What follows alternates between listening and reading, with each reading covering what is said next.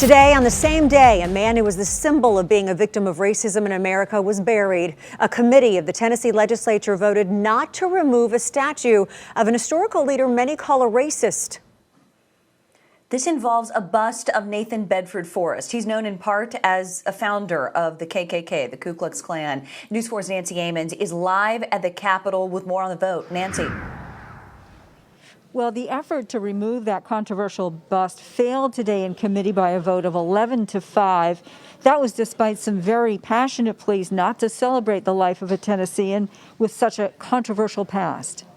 Although Nashvillians took to the streets by the hundreds in the last weeks decrying racism, today yet another attempt to remove the bust of Nathan Bedford Forrest failed in committee. People across this state are ready for action, and the vote you take is your act. Representative Rick Staples of Knoxville says when he first introduced the bill, he got emails filled with the N-word. Getting threatened to burn them lowercase t's in my yard if I don't leave this alone. I mean, it's been rough, man, so it's not easy for me. And I'm going to get to business when I leave here just based on this. The bill failed 11-5. Representative Jerry Sexton saying his constituents don't want him to change history. There's